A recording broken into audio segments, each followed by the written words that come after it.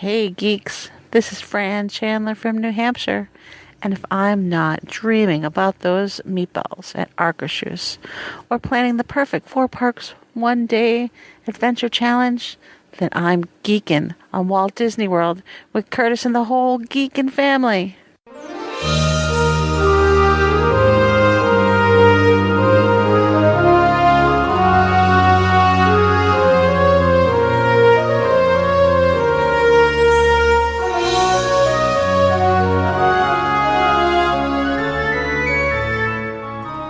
Are you ready for a fun-filled hour of food favorites, resort hopping, and hanging out with Disney World geeks? It's now time to go geekin' on Walt Disney World. Here's our dad and co-host. Hollywood was impressed with his performance in crowd scenes at the Indiana Jones stunt show. He never misses an 11 a.m. margarita at the Mexican Pavilion. And Mike Wazowski is still raving about his performance as that guy over at Monsters, Inc. Laugh Floor.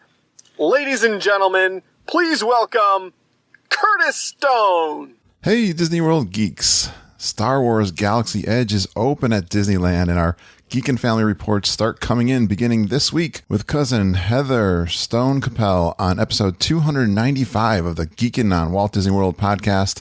I am your Geek and Family podfather, Curtis Stone, and we are the family-friendly father-daughter podcast, also featuring Mama, Auntie Judy, Soul Sister Holly, cousins Jen and EJ, and our Geek and Family will feed your passion for Walt Disney World by sharing our experiences and opinions, as well as others from our community of passionate Walt Disney World geeks.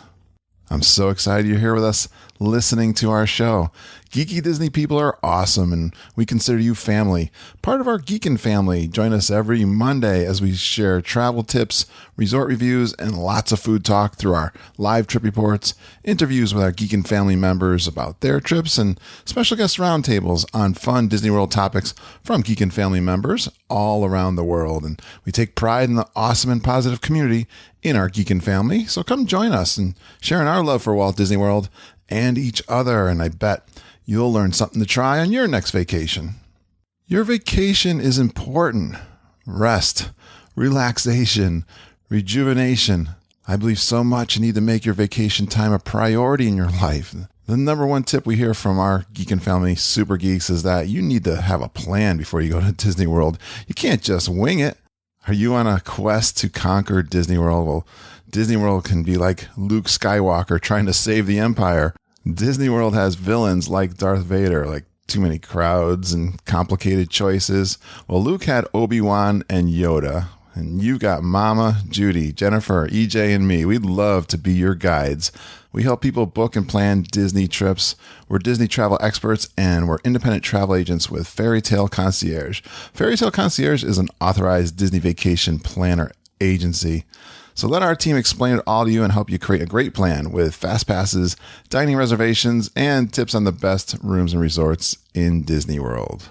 Hey geeks, well, this year's biggest news is the opening of the Star Wars lands, starting with Disneyland. And this week we got our first trip report from cousin Heather Stone Capelle. And hey, Mama and I refer to Heather as cousin Heather because of her maiden name is Stone, and she is also one of our travel clients. We often talk about our Geek and Family, Judy and I and Mama. And all of us, we're always talking about you guys. And I'm so glad Heather could come on and share her Disneyland trip with us. Here are some of the highlights. She stayed at the Fairfield Inn across the street from Disneyland. We, of course, talk about food. And she had a surprise private character breakfast at the Paradise Pier PCH Grill. It was her and her family all alone, and she'll tell us all about that. They do a family search for a mural in one of the Disneyland resorts. They eat at Cafe Orleans. I learned something new, as I always do on my podcast. The muffaletta sandwich or salad that they have over at Cafe Orleans. She also goes to the Bengal barbecue. I think cousin Heather and I are definitely cousins because we have this same love of barbecue and meats, it seems like. We talk about Meisner's going away. I got to research that. I'm not sure. I haven't done the research on that. She mentioned that down in Disney World. We always kind of compare Disneyland and Disney World during this episode. She eats over at the Ronto's Roasters in Galaxy's Edge, the new Star Wars land. And then we start getting into more details, of course, of the Galaxy's Edge, including the big ride, Millennium Falcon experience. We did learn the Rise of the Resistance attraction will be opening December 5th. I messaged Heather. I just learned this the other day, and I messaged Heather to let her know because she's going to be down there. She's going to make it in time to see the Rise of the Resistance, which is supposed to be another amazing attraction, part of the Galaxy's Edge new land. We cover her pixie dust stories, including the first Matterhorn experience in Disneyland, a great mother-daughter moment, and they had a really nice viewing of the fireworks in Disneyland. They only do one day in Disneyland, but it was a real magical day. We talk about some of the things she found to be overrated. This was her second time in Disneyland, but the last time she was only a kid. All right. And then she's comparing the Pirates attraction to Disney World's. She talks about what is underrated at Disneyland, some best things for the kids. She describes some of her planning, including what the Max Pass is at Disneyland. Yeah, they do it a little bit differently than the Fast Pass Plus in Disney World. And she's a great planner, and she tells us all about what she learned in doing her planning. Well, are you ready to pilot the Millennium Falcon? Let's join the resistance with cousin Heather and her family and save the Empire. The Force is strong with us.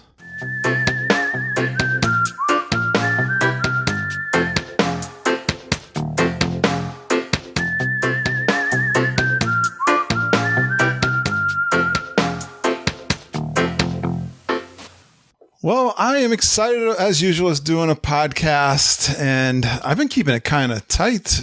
I don't have any stored in the can, as they say, and I get a little anxious. So I was so glad that I saw tons of pictures coming in from Disneyland from one of our super geeks, and of course, we want to know all about what's going on with the Star Wars land, Galaxy's Edge. So let's bring her on. She's already been on the show once before. So she is a super geek, but she was on the WDW college program 25 years ago when it was still Disney MGM Studios, and Justin, Brittany, and Christina were filming the Mickey Mouse Club. That seems so long ago.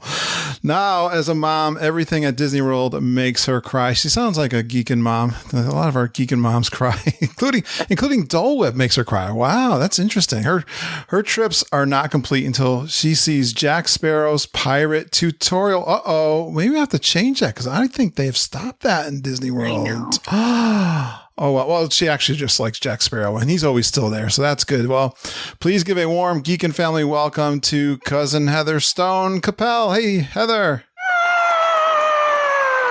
Hello, geeks. Hi, Cousin Kurt. How are you?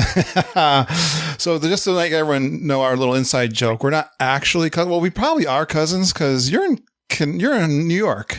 I am. So I'm in Connecticut. So, the Stones, they probably got around in the New England area. It could happen. They all came from the same place, probably. So I love history, and I may have talked about this with you the first time you were on the show. I've kept the track of my family history that came over on a boat in the 1600s. I was just watching. There was a program on AMC's.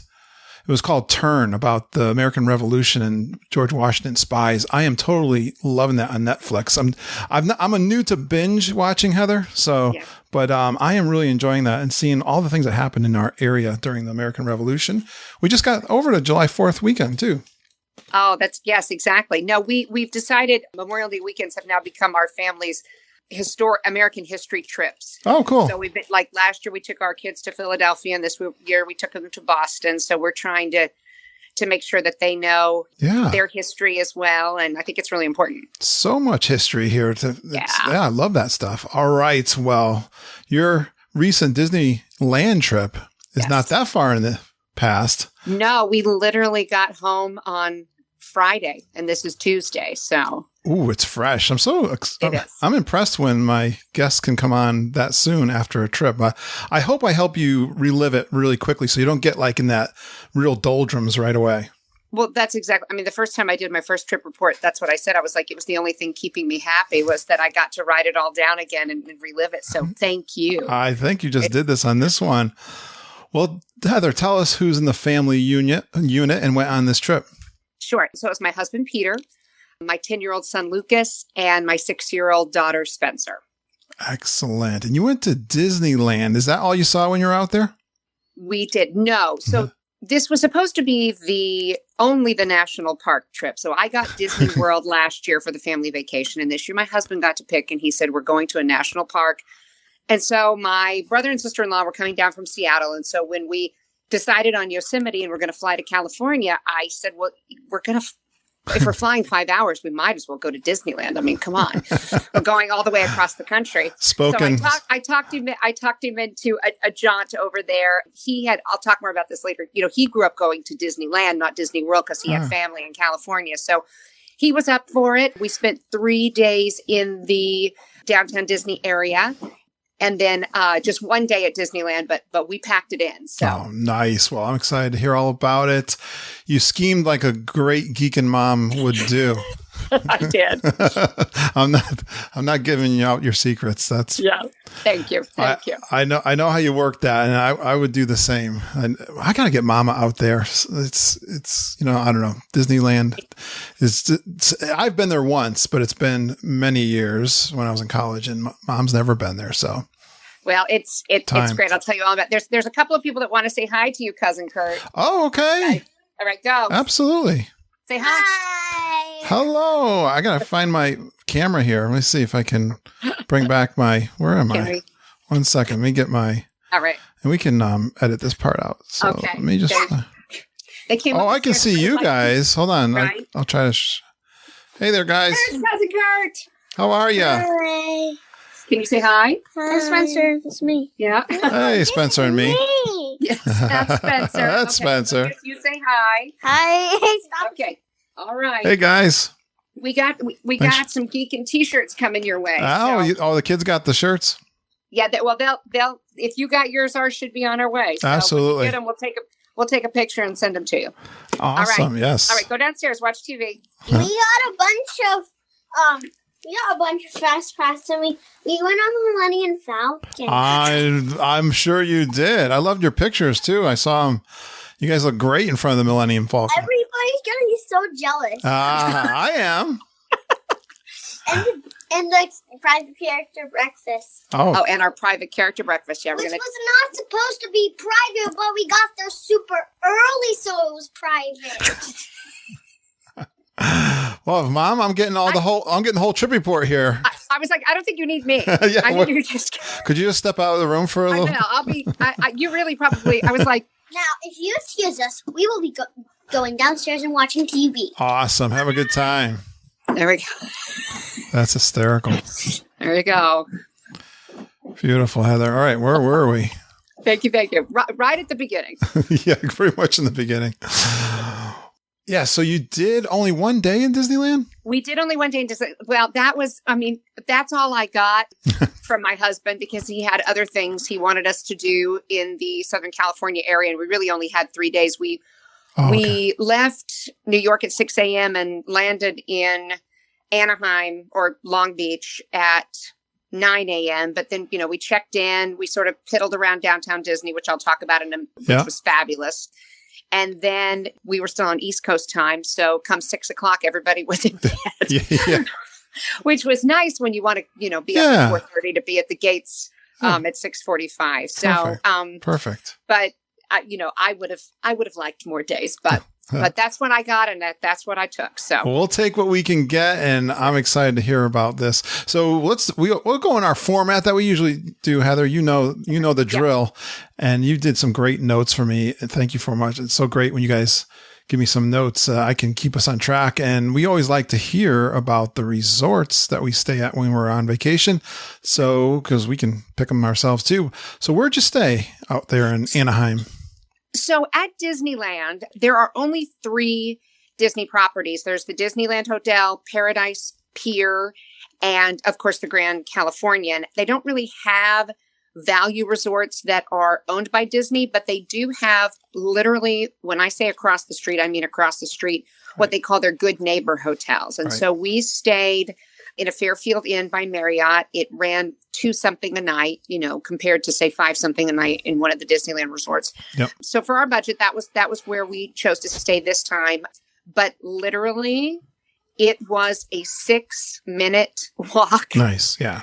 From the hotel to the gates of Disneyland. And the thing that was really interesting to me here's the one thing I didn't know until we got there, was that downtown Disneyland, California Adventure, the whole thing is all within the resort. So say you just want to go to dinner at downtown Disney, which is what we did the first day, you have to go through security every single time. Sure. So if you're inviting friends from outside, I'm like, oh, I thought it was more like Disney Springs, where you just drive in, you park your car and you go to your restaurant.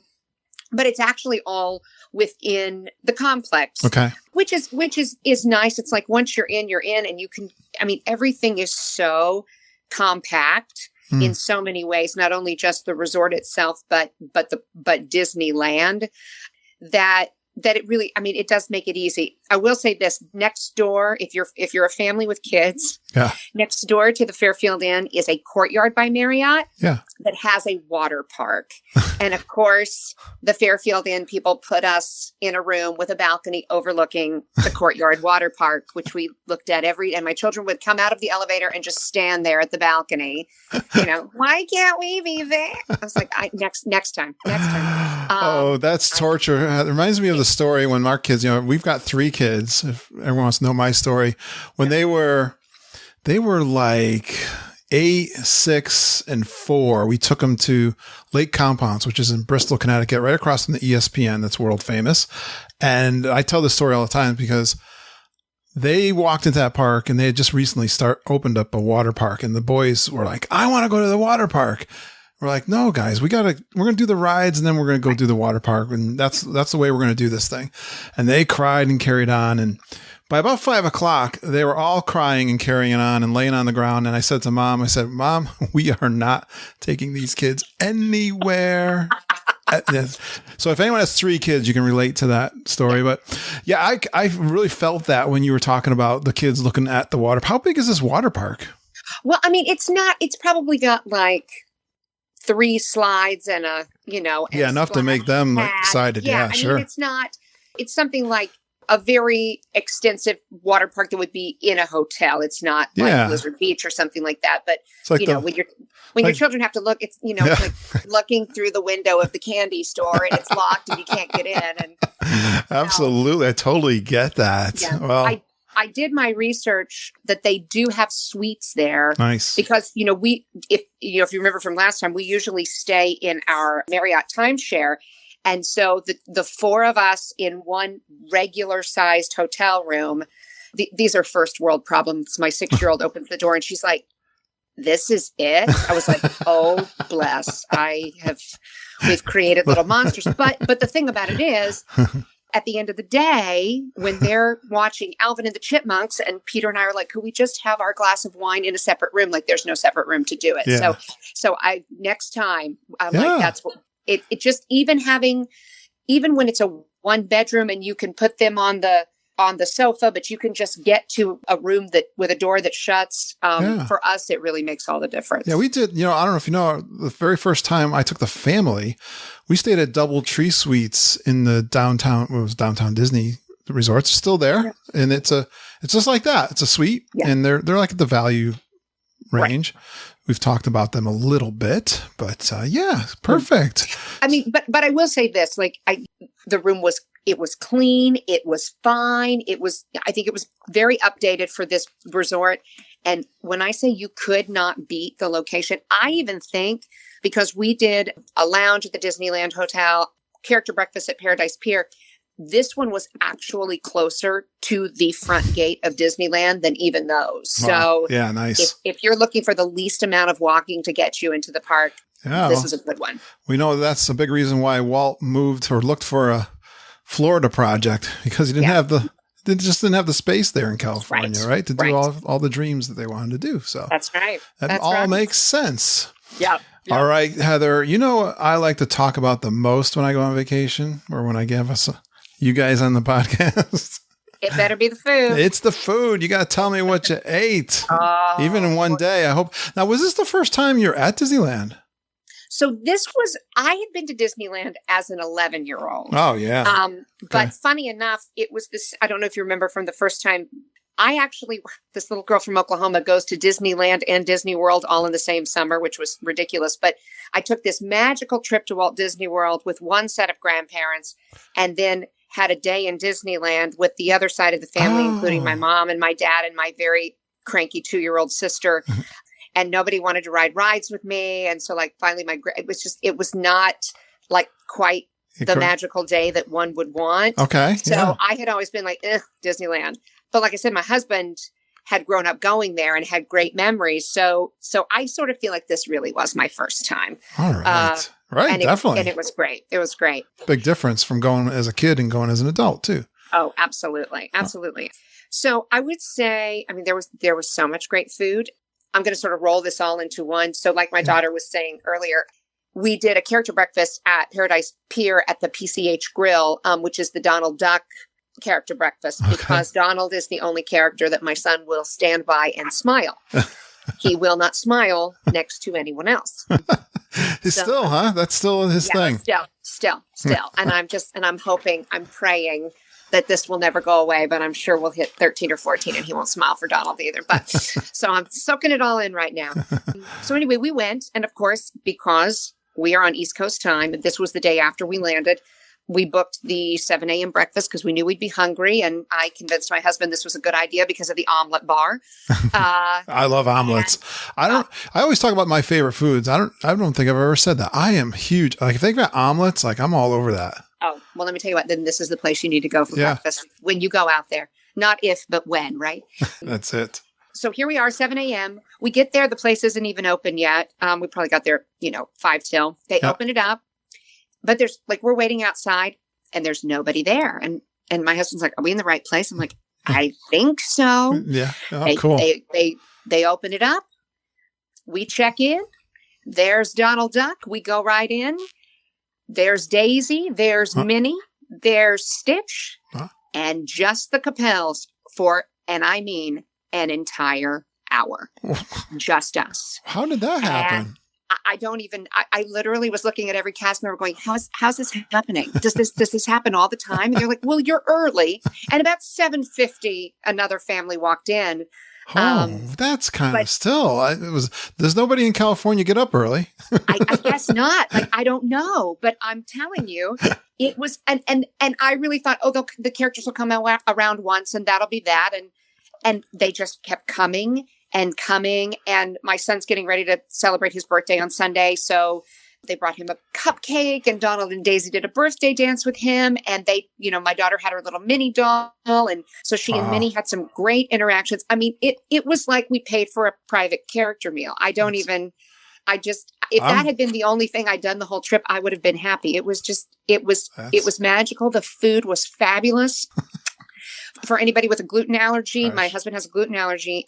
The server asked him if he wanted some gluten-free waffles, and he was like, I guess so. So they bring him gluten-free Mickey waffles. They were the most delicious waffles I've ever tasted. They were and he said so too. Cool. And we had omelets and a wonderful huevos rancheros kind of California Mexican dish, and then all the regulars and all the treats for the kids but the omelet bar. Oh, and when you're the only one there, you get a lot of personal attention on your omelet. So that is crazy. It was fabulous. Great pictures. Yeah. And just so I would say, if you can get your tush out of bed, seems so.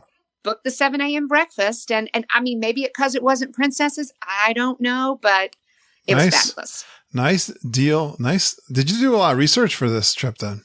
You know what? I mean, I did definitely, because as I have said before, it's kind of my hobby and my relaxation. And I know there are people who are like, that's crazy. It really we don't is. think that. We got a lot of people. Heather, you know us. You know. I feel like the outsiders are like, she's nuts. We don't have a lot of outsiders in the Geekin family. That's true. But I had, and I mean, the thing for me was I knew the only character breakfast that my son was, not even this last trip, but 2 years before that, when he was 7, we did Cinderella's Royal Table in the Magic Kingdom, and it was disastrous. Like the only thing that saved us was that they gave him a sword, but he was mad and pouty, and I don't want to be around princesses. So I knew, and then after, so I knew I was like, it's Donald Duck or nothing. So I knew there really was only Donald, come save us. I really. So, he's such a cool dude. I saw Donald. It was just Donald. I don't know. I guess Mickey gets all the credit for me, even, but I love Mexican Donald, and yes, I'll tell you what. I'm a big fan of the Mexican Pavilion, and he's a great Donald. He's so active. The one when you walk into Hollywood Studios, I talked with someone on the show recently, and he's in his sailor suit, and he's just so animated. He was so. I think Daisy was there too. They're so much fun. And you know what? What else was really fun about this restaurant was it had it had a California beach theme. So like Donald's in his surfing outfit, and there's surfboards everywhere, and they're playing Beach Boys music. Oh, I love that. It was like you really felt I'm like, I'm in California. I'm on a California vacation. The theming and all of that was fantastic. I've been a huge Beach Boys fan forever. So Mom, actually, what was it for Easter? She got me. I'm into vinyl now, so she got me the Beach Boys vinyl. Oh, yeah, I would be digging that big time. Yeah. That's awesome. Yeah, you got to go. Nice score there. So you had a big breakfast. Would you have any room for anything else during the day? Big breakfast. Well, so this happened on the day. This was our second day there, and we didn't go to the parks that day because my husband wanted to show the kids the Pacific Ocean. Okay. But we did have room for more food later that day because we went back to Trader Sam's at the Disneyland Hotel to meet one of my husband's cousins and had some of those pulled pork nachos and the poutine. Oh. Is that how you say it? Yeah. Oh. After all of that, I was like, I never need to eat food again. So that good, huh? It was great. Somebody was getting married, and so there was like a whole the groom and the groomsmen were all there doing shots, and we were like, hey. This is at Trader Sam's? It was at Trader Sam's, nice. Yeah. And the kids it was our first Dole Whip of the trip, so deal. It was great. I love that. So yeah, the pulled pork nachos. Yes. We know them famous at Captain Cook's in Disney World at the Polynesian. Yeah. It's is it the same kind of chip? It is. I think it was very similar, and that wonderful mayonnaise drizzle all over it, and and so much meat on it. Interesting. I'm a meat eater. I would have been on the meat team on that podcast a few weeks ago. So awesome. We would love to have you. They were good. You'd do us proud. Yeah. So we had gone over there, and I don't know if we found it. We think we found it. So my uncle's partner for many, many years was a designer and a painter and artist in Southern California, all during the 50s and 60s, and had been commissioned by Walt Disney himself to paint a mural at the Disneyland Hotel. And of course, and he has since passed, and I kept, and I asked my uncle, I'm like, what am I looking for? What am I looking for? He's like, I don't know. It's at the Disneyland Hotel. That's all he could tell me. So that was sort of our reasoning of going over there that night, was to try to explore. Of course, I think it's one building, and then there's 3 towers. But we found out from our cousin, who is an annual pass holder and a big Disney geek himself, he said, well, the Adventure Tower is the original tower. Why don't you go in there? Yeah. And so I was like, okay, but we ended up going I was like, it has to be in the Fantasy Tower, right? That's the main building. And so we went in, and they actually have the painting or the drawing of Disneyland that Walt used to stand in front of when he filmed the television show. Yeah. So that's there. Oh, cool. And I asked her, I said, she's like, oh, is this what you're looking for? I said, no, I'm looking for a mural, like something that would have been painted. She said, there's a mural in the Adventure Tower. And I was like, okay. And so we went over there and found, when you walk right in, there's a mural and it says Adventureland. So I don't know if it was the one, but we've just decided that we think it is. And so Wouldn't you have signed it? That was the thing. It was like, it wasn't, but I don't know. I don't know whether they would have let him or not. And it might not be. Somebody may come on the podcast and go, nope, that's, but. Well, we've got friends out there, so we could do some recon for you. So if anyone's listening and you could do some additional sleuth work for us, definitely. Yes. Robert Miracle was the artist. Awesome. That painted this. Great story. Yeah. So that was special. So that got us over there to the Disneyland Hotel complex, which was really fun. So you confused me. So you didn't go into the parks this day. This was not a park day. This was go to resorts and eat day. All right. But you were in the area for more than one day. Yes. So we actually did, the very first day we got there, we did go in. We went in there and ate every day. Come on. That's what us geeks do, right? So the first day we went to, and I didn't even write it down. It was a new like brew pub house that was great. And it had all kinds of beers and ciders, a Ballast Point Brew Company. That's what it was called. Ballast Point Brew Company. You're talking my language. There we go. And had, great food in there. It was the dining room was on the second floor. So you could see over downtown Disney and people walking around. And so that's the one thing we did on the first day. And then the second day we did the character breakfast and you're making me think. Disneyland Hotel. And Heather, did you see the announcement of the barbecue over at the American Pavilion at Epcot? Yes, and I cannot wait. How cool is that? You're making the beer too. I think they're going to have, some.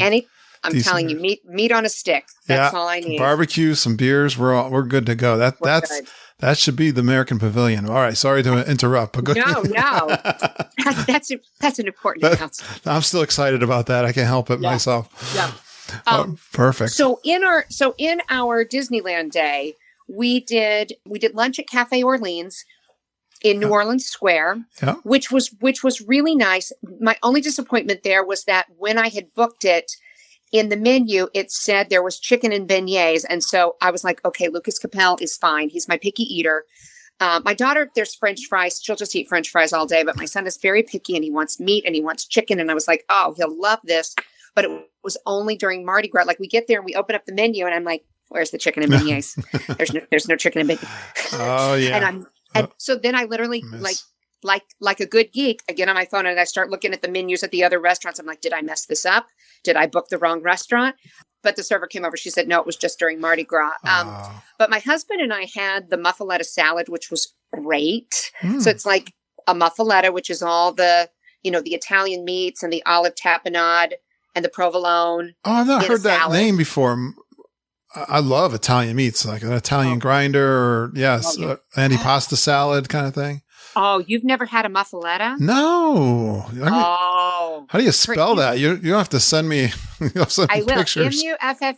Muffaletta. If next time you stay at French Quarter, I can't imagine that they wouldn't have a muffaletta there. It's a very famous New Orleans sandwich. Okay. All right. I learned.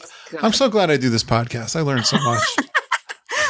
And then the kids, then they had those, how they do like the Disney check meals now, in addition to your traditional, say, chicken nuggets and mac and cheese, but they didn't have chicken nuggets. And I was like, uh-oh. Yeah. So, but they did have a beef tenderloin that my son got because he's very into steak, but he doesn't want it to have any fat on it. Yeah. But it was the beef and rice and veggies, and he ate the whole thing up. Oh, he loved it. Good. So we rescued that one. Yes, we did. And my daughter had mac and cheese, and so she was fine as she could be. So, but speaking of barbecue, we went to Bengal Barbecue at some point in the day because they had a pork belly skewer. Yeah. And anytime I see pork belly, then I will walk many miles. I didn't know about this about you, cousin. Oh, no. We must be cousins. No, I'm telling you. Meisner's, when my husband and I went to Meisner's that last trip, and I tell you the best thing I had the whole trip was that the pork belly appetizer at Meisner's, which I guess is maybe gone now because they're closing it, or have they closed Meisner's yet? Oh, were they refurbing it? I think they are. They're like, it's going away. Is it? I think. I don't know. I heard. Oh, we better not start a rumor. I know. Don't start verify that. No, please do, because I was so sad because of all those like 80-year-old jazz musicians who played. Right. the great music and really, I was sad for them, but mostly I was sad for the pork belly appetizer. I was like, no. So yeah, so it was. I had heard from people that Bengal barbecue was great. So great. Well, it does have the word barbecue in it, so yeah, exactly. How bad could it be? Then there was more Dole Whip. Always, we're a Dole Whip crew. I don't even know if there was citrus swirl there. I didn't see it, but I didn't look for it. Well, that's a crime. So, that might. I wonder if that's only a Disney World thing. I don't know. That it's the Florida orange bird, right? It's not the California orange bird. Right. Although they got oranges in California. It's Orange County. Right. Exactly. On our drive to Yosemite, we saw many orchards of, sure. Is that what you call it? And then, so we did, and then we got the pork wrap at Ronto Roasters in Galaxy's Edge. And I figure in a minute, we'll just like stop everything and go full stink on Galaxy's Edge. And it was fantastic. It was really cool because you go in and when you walk, I'll just go ahead and start talking about this. What's let's do it. About Galaxy's Edge is that you don't you're like, where am I? Like, there's no sign that's like Ronto Roasters, like Tiki Land, Tomorrowland Terrace or whatever. So you're like, where am I in the right place? And they have this giant slab of like beast meat in the middle of this thing that looks like it's cooking. And Peter's like, is that real? I'm like, I don't know. Is that how they cook in the Galaxy's Edge with the? Yes. And so we found that and we found the, and then we go back around and I'm like, this must be Ronto Roasters. And so we got the pork wrap and it was delicious. Really, really delicious. I like that. We didn't do a lot of eating in Galaxy's Edge because, everything is so themed to the area and it's not a chicken nugget. And so my kids are like, no. I will say this, just to sort of start at the top of it. It is, and we are Star Wars people, but we're not like Comic-Con Star Wars people. Sure. So there were things that we missed, but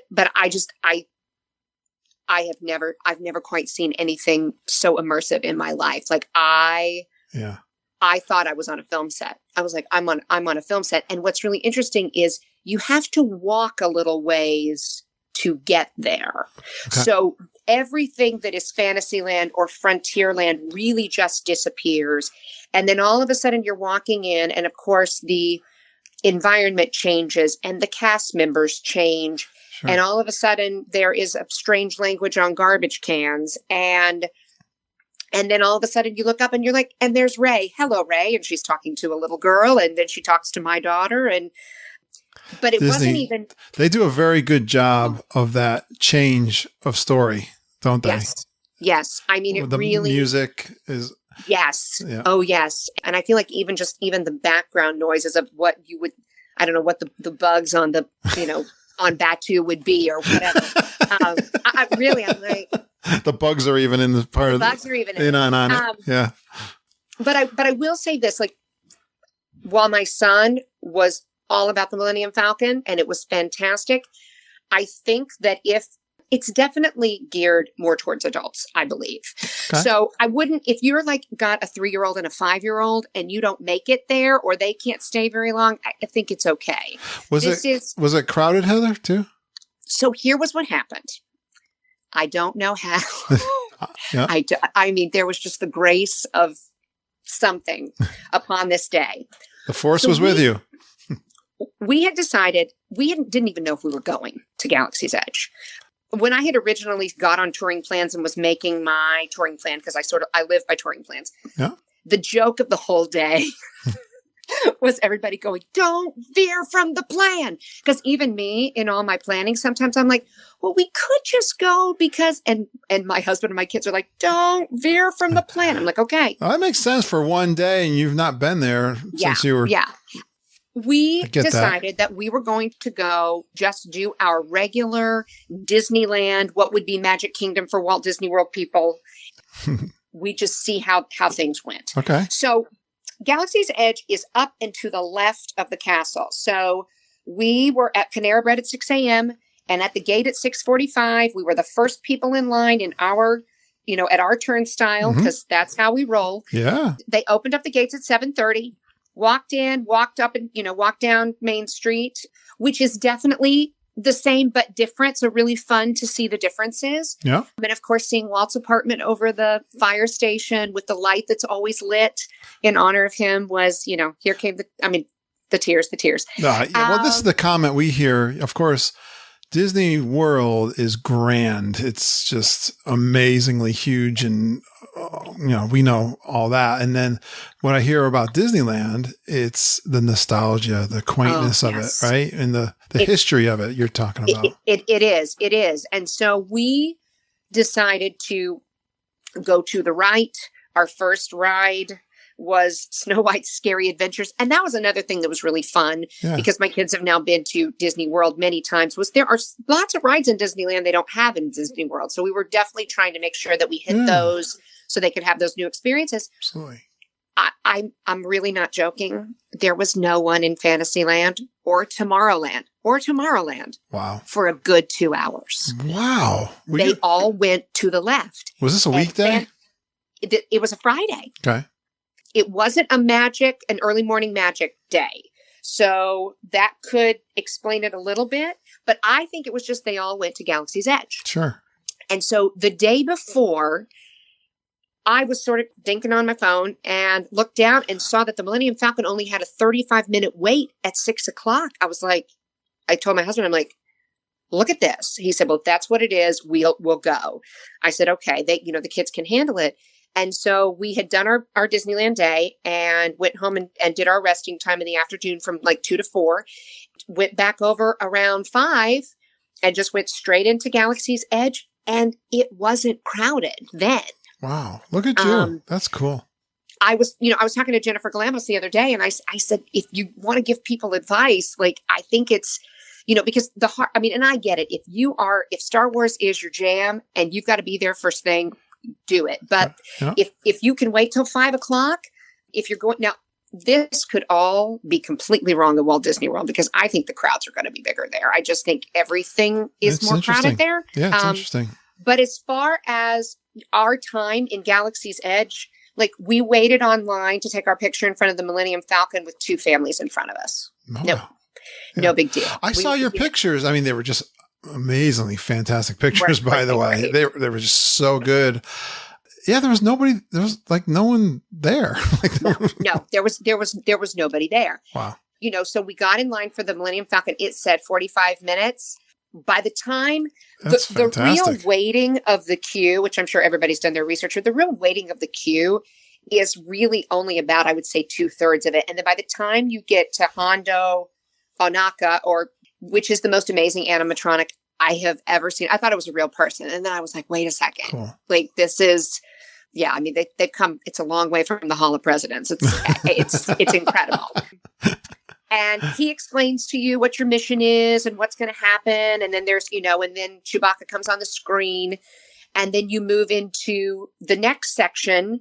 There, they tell you that, how many's in your group. And each pod has 6 people in it. Okay. And so they give you a color. Because I think there were 4 different colors. So they give you a color. And then they say, okay, wait here. And then, okay, now come. And of course, the door slides up and you're in the room where Han Solo and Chewbacca played chess. And it's exact. Nice. And so That's cool. was, and then that's when my husband's face started to light up. And why? It was, I think it was like everybody was having a good time, but I'm telling you, like, I would look around at the dads and it was reliving our childhood, being a 10-year-old, right? Yeah. So you're in there and you get to play around, you get to play on the chess table and look at the different things. And then they line you up and then you go to the next section. Oh, no, I think where you play chess is where they give you your assignment. Okay. So there are 3 different assignments. You can be a pilot, you can be a gunner, or you can be an engineer. Yeah. My son, of course, runs up and it's our 4 family and then another mom and her daughter. And, Lucas runs right up and says, I want to be a pilot. And the guy's like, okay. You're the pilot. And but of course he has to say what he's been trained to say. every role is important. It's not. You want to be a pilot. Like if you are really like, I am so pumped to fly the Millennium Falcon, you need to be the pilot. Like my son had control of the hyperspace, and it looks just like it. Nice. So my husband and Lucas are the pilots. My daughter and I were the gunners. And then the other two people in the back were the engineers. And so I really don't know what they did. So I have to ride again. I gotta ride it again in December, right? That's right.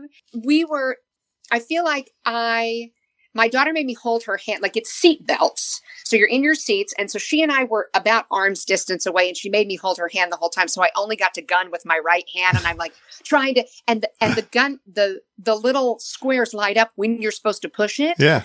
And it gives you a score or like tallies how you did or whatever. So I don't think our guns did very well because my daughter wouldn't press it once. She just was holding my hand. She got off the ride and thought it was the greatest thing ever, but like never hit her gun button.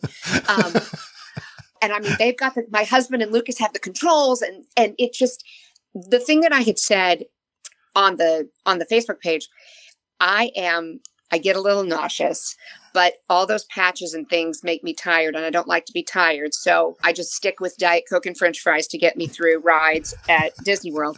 But to me, I didn't know that was the concoction for nausea. Yeah. We've got all kinds of home remedies on this show. This is my home remedy. It's a Coke Zero and some Disney fries, and I can make it through the day. I just want to say as the host, I don't condone that. I don't know if it works really or not for everybody.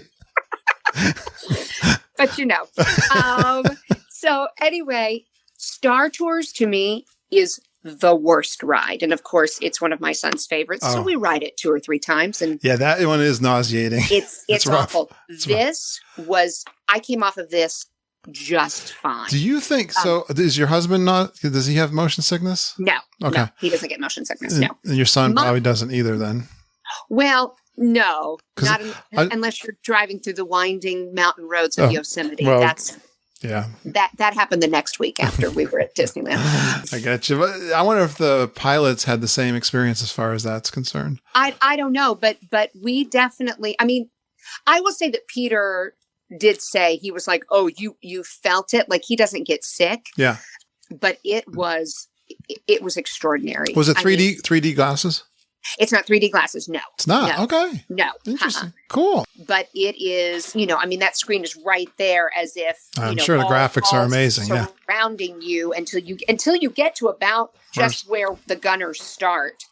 And of course it moves and it's moving up and down, but the pilots really do control it. And cool. we crashed a couple times, but I'm sorry. Yeah.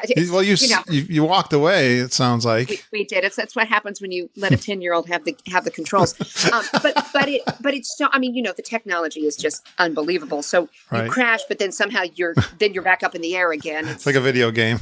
Right. Exactly. It's magical. Well, when you're the gunner, are you trying to put the target, get a target? Like I know, like in the movie, they're shooting at. Yeah, the TIE fighters. Yeah, thank you. Yeah. You're definitely shooting at. Okay, I like that. I don't know. I'm having a difficulty figuring which one I want to do. You really, I think, you want to use you can use both hands, and then there's you have missiles and you have guns. And, I like shooting games. Oh yeah. Well, then you should be a gunner. I'm going to try to do both, like you said. Hey, ride it more than once. Yeah, but nice. I think one of those magical parts of the trip was, so for the geeks that don't remember from when I was on last time, my husband, he has a good time while he's there, but he definitely just puts up with my love of the mouse a little bit. Yeah. And he walked out of that ride. I feel like I saw a 10-year-old and he looks at me, he goes, I just piloted the Millennium Falcon. I'm like, I know, babe. I know. And then he starts texting all his high school friends. I just piloted the Millennium Falcon, dude. I did it. I'm going to say, And then, of course, when we got the pictures, and it was epic. It was great. I love that. Great storytelling. It was nice job. See, I'm the type of person, I don't want to know. I don't watch any videos. I don't read too much about it. I'm going to get as much as I can from my guests on the podcast, and that's how I'm going to learn. Mom will tell me everything I need to know when I get down there. Yeah. I mean, It's extraordinary. And like I said, if you see a 45-minute wait, don't be scared. If you see a 90-minute wait, I don't know what that is, but yeah, I wouldn't worry about that. It's when it starts getting more than that, I might start to. But the so we did not do the build your own lightsaber thing. I'm like, not yet. Maybe when he's 15 or 16. Yeah. But we did see people coming out with them, and they have them. I'm sure you could probably have it sent back to the resort if you're staying on property, but it was like a strap that went across your body in like a very heavy, really nice black case that had the First Order symbol on it, or maybe that child had chosen the First Order. So we saw those. I only saw one person with that. And then, but we saw a lot of people carrying around their cardboard containers with the droids that they had made. So I think the lightsabers cost $200, and I think the droids are about $100. Okay, wow. So a lot of people were making droids and carrying their droids around the park. So, and the other thing, and like I said, the total immersiveness of it, I'm like, are we in a shop? Can you buy stuff? Like, because there would be cast members there, and then they would have little porgs on their shoulders that were moving, and other little creatures that were, but I think that you could buy these things, and the kids had already spent their souvenir money. So I was like, move it along. Yeah. It's like the Avatar. It was extraordinary, but even, I'm telling you, I think they just hired all actors for this thing, or just really, people who can play the role, because even the photographer's assistant. So that's when we had our interaction with the stormtroopers, and my son had on you've seen the Darth Vader shirt where it's like 16 pictures of Darth Vader, but underneath it, it's like happy, sad, excited, mad. Yeah. So that's the shirt he's got on. That's, of course, the stormtroopers come up and have a conversation with him, and so glad that he's, on the right side, and blah, blah, blah. And they leave, and the photographer looks at him, and she's like, are you really with the First Order? And he's like, no. And she's like, you're a spy, right? I knew it. I knew the first moment. And she has this whole conversation with him about how he's a resistance spy and how smart it was that he wore that shirt because he fooled the stormtroopers. And it was just, I love that. That is great Disney magic there. It really is. And I mean, and the interesting thing was very smart.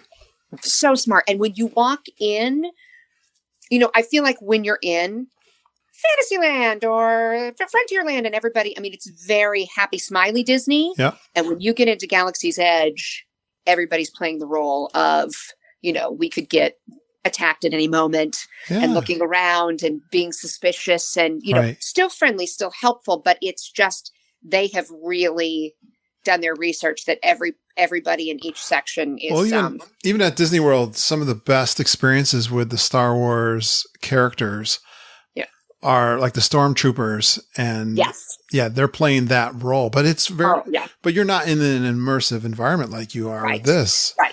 This just takes it to another level. Yeah, it really was. Like, nice. I mean, I can't wait to go back. We're coming to Disney World, and my son and I, in December, just for a couple of days. Yeah, I can't wait. I can't go back. I'm hoping the other ride is open by then. I can't wait to see that. So yes, what's the other ride, Heather? It's Rise of the Resistance. It's the First Order ride that is supposedly, from what I've read, like the most technologically advanced ride that's ever been created. And you're like in a module, like a car thing that moves, but then things come at you, and then I don't know if it's holographic or I don't know, but it's supposed to be extraordinary. So I thought the Disney World one said it might be done before the end of the year too. I'm hoping. I'm hoping. You might get a chance. Good. Well, you're experts now in all things Galaxy's Edge, and interesting for you to compare the two. I'm imagining they're pretty similar. I'm excited. I mean, I think they're probably supposed to be pretty similar. Right. You know what? I wanted to ask you too. You were talking about the food, and they really hit it out of the park with new things they're doing in Disney World, whether it's the lounges they're adding or, Satuli Canteen was just, I think everyone would agree, it's spectacular in absolutely the quality of the food. Do you feel like, I know you just talked briefly about that there at the Galaxy's Edge. Do you have that same kind of feeling? Like they're really up in the game? Absolutely. And that's what I say. I feel like it's more, it's a little bit of a foodie experience. So again, you're not going to find, if you've got a child that needs a chicken strip or a chicken nugget, you better feed them before you get inside, because everything in there is, I mean, the only thing that they saw, I don't really let my children drink soda except for when we're at Disney World to keep them awake at night. I'm like, here's Diet Coke. And they have those special round collector's item sodas that it says Coca-Cola on it, but then it has all the different like Batu language on it. Okay. But other than that, that was the only thing that I saw that looked like what kids would think was a normal piece of food or a drink. And like so theme park junk, right? I even thought they'd drink the blue milk, because I was like, oh, let's go get the blue milk. And they were like, bleh. So I was like, okay, great. We don't have to spend $8 on a blue milk. Great. So, but yes, I would say for the most part, you know, and we didn't get to go to Oga's Cantina, which is the very first place in Disneyland that they serve alcohol. But what was so exciting, I'll save this for the end. This will be my last thing that I say. There's something exciting that I'm going to get to go back there because of something that's going to happen. So anyway. All right. Well, going along. You're almost getting there. Let's talk about, we'll move away a little bit and into the pixie dust moments. Any good stories? Great. From this trip? So my son is a ride kind of guy. And my daughter, you know, my husband kept talking about the Matterhorn, you know, because they don't have that at Walt Disney World, and we're going to ride the Matterhorn. And it's my daughter loves the Seven Dwarfs Mine Train.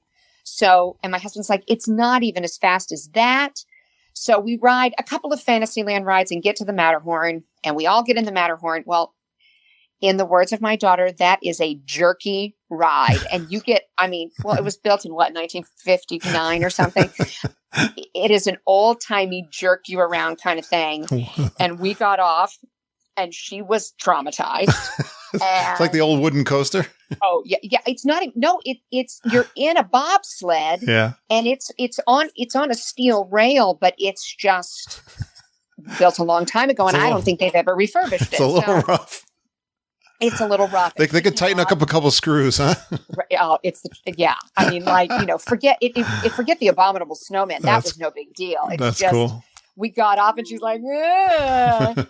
So at the end of the day, after we'd done Galaxy's Edge, then we split up, and my son and my husband went and rode Space Mountain 5 times and the Matterhorn 3 times. And she and I just went to go. She decided she loved the Alice in Wonderland ride. She's very into Alice now. Mm-hmm. And what's so neat about Disneyland is characters walk around. Yeah. A lot. Okay. It's not like Mickey and Minnie have their houses, but the rest of the characters really walk around. And she found Alice at one point, and they walked together to Alice's ride. So we were headed there, and we were holding hands, and she looks at me, and she was like, you know what, Mama? You know, it's not just about the rides at Disneyland. I just like being here with you. And I was like, I like being here with you too. Because I could just walk around the parks all day and never get on a ride. And it was just, that was really. Well, she just said in her own way what Walt Disney was trying to do from the very beginning, was to give us a place where families could go. I've been trying to say this too, Heather. It's like, we got to really understand our vacations are so important, and we're running in so many different directions. We're such a busy society, and you know, if we're lucky, if we sit down to dinner with each other, the kids are off to school, we're off to work. Yeah. And there's we're working on the weekends. We just don't get that family. And you're looking for that moment. And when the kids say something like this. So yes, it was magical. It was the moment I needed. And look, you know, after these 3 days, we got in the car, we drove 7 hours up to Yosemite National Park, which of course is just nature at its grandest. Right. It's a 10 and a 6-year-old can only hike so far. And I don't know. It was very funny. We got home, and we thought that Yosemite was going to be the highlight of the trip. And this Disney time really ended up being the highlight. And I don't know if it's because we're familiar and, you know, we know what the kids can take and we know what to expect, but there's just also like that magical element in it that creates just these moments. And you really don't forget. What's great about it too, and we tell people about this. You don't know. You think you know where the moment's going to be, but you really don't. Yeah. And you got to leave space. Not at all. It's when you least expect it. I never like I can see this moment in my mind. It's forever etched. And the other thing that I haven't talked about, which is one of the greatest parts about Disneyland, is that there's no humidity. So in the summertime, on June 28th, you have a sweatshirt on at 7:00 in the morning, because in California, it might get to be 85 degrees, though Anaheim was having like this very strange, I guess, cold streak where it was only getting to be 75. It was 80 the day we were there. Yeah. But in the morning, it's 60 degrees. And it's 60 degrees until, say, 10 o'clock, 11 o'clock. So you have to layer. And at night, when you come back, you put a sweatshirt back on.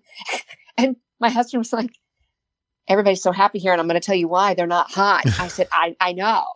The weather is spectacular, right? It's really spectacular. And I feel like there's an overall, I didn't see the meltdowns like you can sometimes see in Florida. And I mean, June 28th in Anaheim, California, and June 28th in Orlando, Florida are very different. I've had people talk about that. I've had guests come on the show who are from Texas and say they go down, like they're going down to Disney World and telling me how hot it is. I'm like, but wait a minute, you're from Texas, but you got to understand it's a different kind of hot.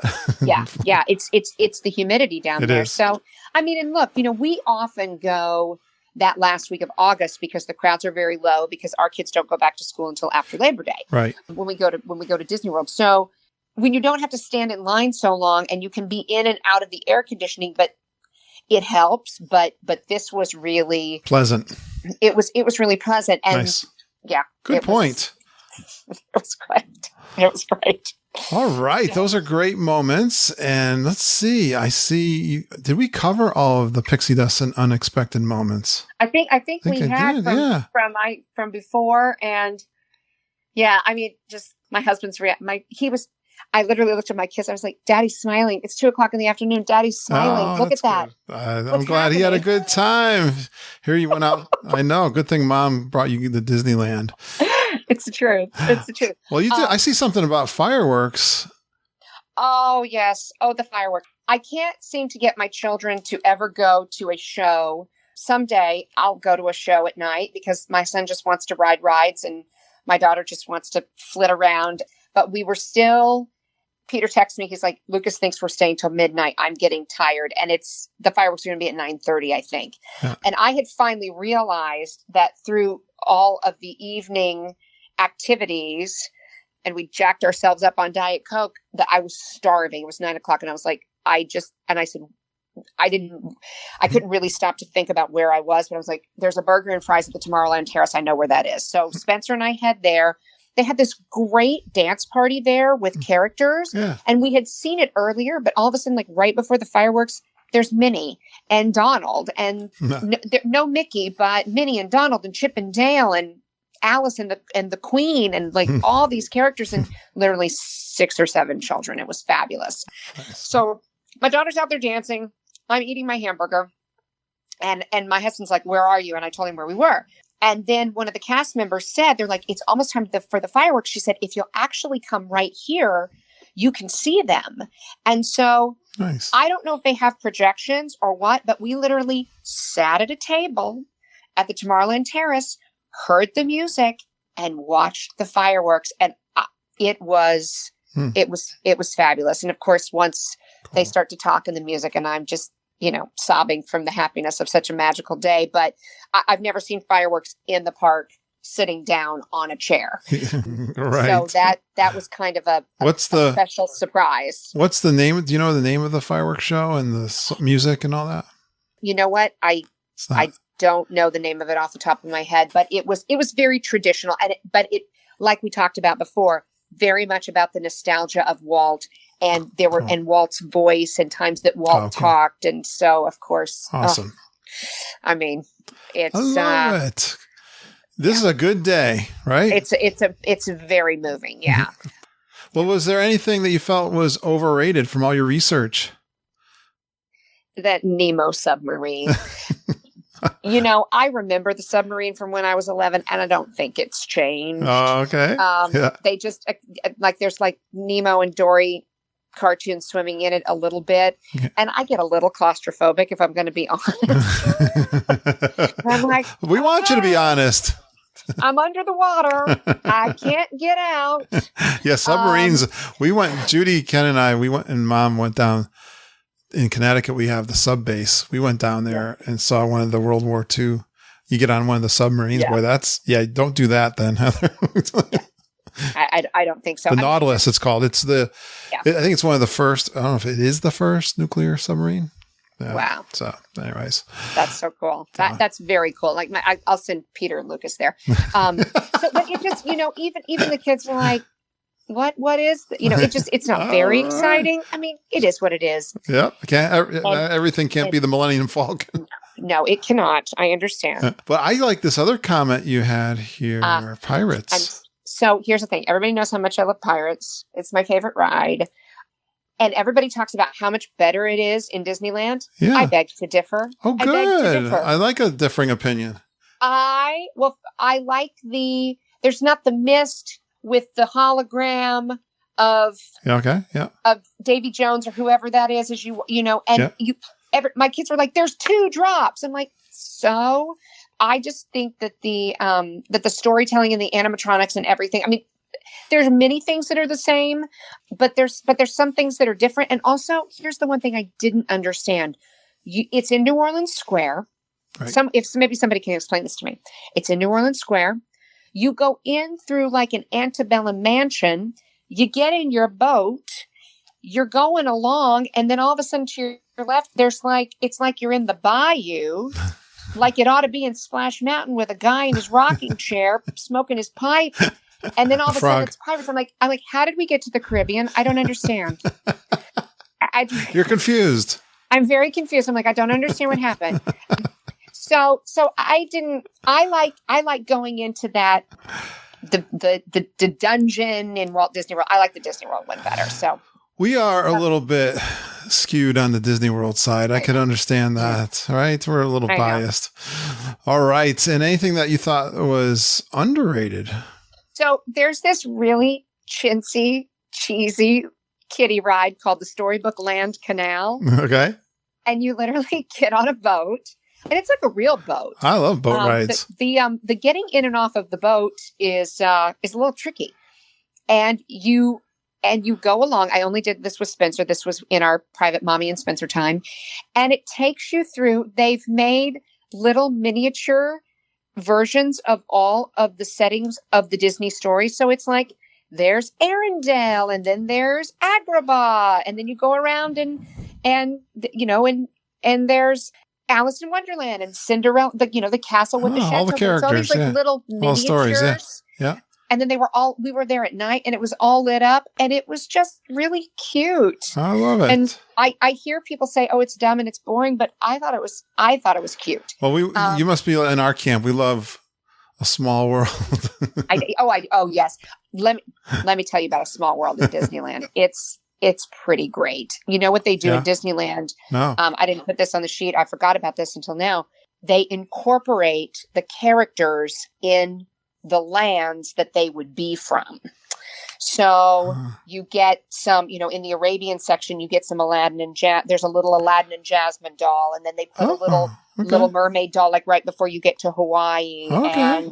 And who else? They have an Alice doll in, and it fits in England, and then they have like Peter Pan and Tinkerbell flying, and it really does. It's very sweet. And all right, so but is like the Mary Blair artist work? Yes, it's exactly. It's all done in the same style. Yeah, but it's just those characters in the lands that they would come from. All right. So if you have a 6-year-old daughter, she's going to think that's pretty fabulous. So well, actually, on that same topic, what's kind of the must-do that you find at Disneyland for your kids? Well, I mean, I have to say, like this dance party that we went to in Tomorrowland, where there were all kinds of just characters there and nobody else. It was. Yeah, I hear that. This has been a theme on the podcast recently. I never would have thought of. If you've got young kids, Don't you think? Don't miss the dance parties. Oh, don't miss the dance parties. They're just great. That's really good to know. I've been doing this a long time, Heather. Why am I keep learning new things? I don't know. Well, it's always changing there, and they're adding new stuff, and it's great. And then I think the other thing too that's really fun is are the rides that they don't have in Disney World. Like I remember when they used to have Mr. Toad's Wild Ride in Disney World, which they do not anymore, but they do have it in Disneyland. So that's cool. That was really fun for me to take my kids on. And they're like, "Who is this Mr. Toad?" I'm like, "I don't care. Just get on the ride. You're going to love it." But they, they really do. They have Alice, Mr. Toad, Snow, the old Snow White that is kind of scary. But it's fun scary because it's just the witch. Like you see Snow White at the end. It's just the witch keeps popping out at you in the dark. It's really not that child friendly, but Well, I always like to ask what's kind of a must do for the adults. Should we take our big kids to the Galaxy's Edge? Oh, 1,000%. I mean, it's they're going to get all back to their childhood, huh? Yeah, they really are. Cool. I didn't think about that. Yeah. Everybody. Because I tell you, I'm old school. Like I grew up with the original Star Wars movies. My son Ben is really into all of them. We used to buy all we had the VHS cassette tapes when they were kids. Then we bought the DVD versions. He likes to see all the new one stuff. I didn't see the latest one because he told me it was so bad. He was so upset about it. I got to see it, but I didn't think it was bad. I mean, anytime I get to see Luke and Leia, that's pretty cool. I'm happy. So. Yeah, I love the old ones. I guess I'm partial, so I think I'll feel that. Well, and I think for those of us that did grow up and have such a strong kinship to the older movies, for me, when you see those original characters come on the screen, like when Han and Chewie come on that first time in Force Awakens, it's just, I love that. Ben and I saw the Han Solo movie. I really did enjoy that one too. Yeah, no, people didn't like that. I liked it. I thought it was fun. Yeah. Maybe I'm not a very harsh critic. Yeah. No, I'm pretty not either. Yeah. All right. Well, how did all your planning go, Heather? Being new, how did you do all your planning? And do you feel you were a success? I do feel like I was a success. I did get the Disneyland 2019 book and sort of skimmed through that. Yep. Cool. I think just sort of I think if you have a really good understanding of Walt Disney World, it will help you in the parks because it is the same concept. A big difference in Disneyland is the Max Pass system. See, it's different than Disney World. In Disney World, you make your 3 fast pass reservations, ahead of time, like everybody knows. But in Disneyland, you pay, if you want to pay $15 extra a ticket, you get this thing called a Max Pass. And so you don't make anything in advance. You walk into the front gate, and the minute they scan your ticket, you can make your first fast pass reservation. Yeah, my mama, of course, she's a travel agent. She was telling me about this. Yes. I didn't know this. She was just recently, within the last couple of days. I was probably telling her I was having you on the show, and she was telling me about this. Very important to know.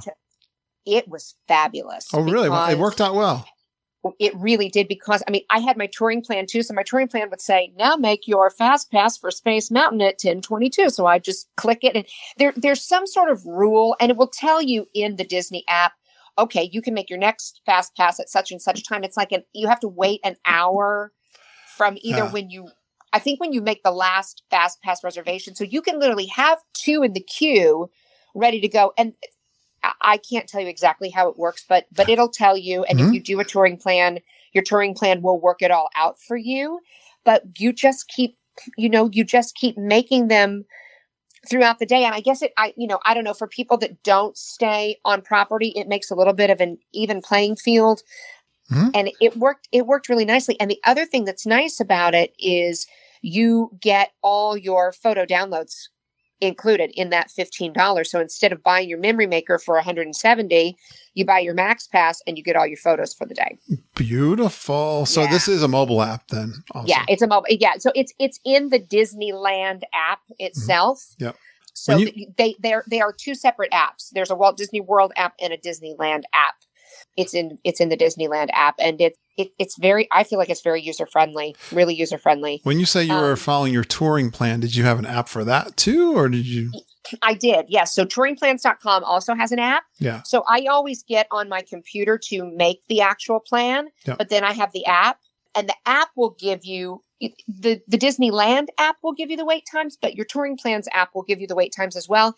And then you just click on your personalized plan, and then as soon as you've done that attraction, you just hit done. And then it just, it keeps refreshing and keeping you on track from where you are and giving you updated wait times. And it's fabulous. So I kind of go between both of them. Yeah. Sounds like a full stink day like this. Sounds like it was pretty user friendly. You figured it out pretty quickly. Yeah, very quickly. And I just, like I said, I listened to a few Disneyland podcasts. Mm-hmm. I didn't like them as well as yours. Thank you. I'm just saying.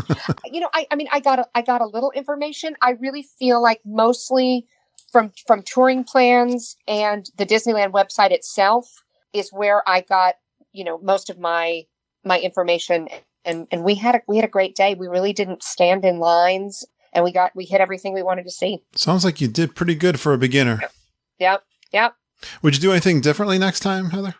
I would stay in that Courtyard Marriott with that waterslide park. That is, and have a suite. I mean, unless depending on what the budget is, if we can stay in a Disney suite, that'd be great. But it's just nice. It's really nice to have that separate room. And also we didn't go to California Adventure, which is the park.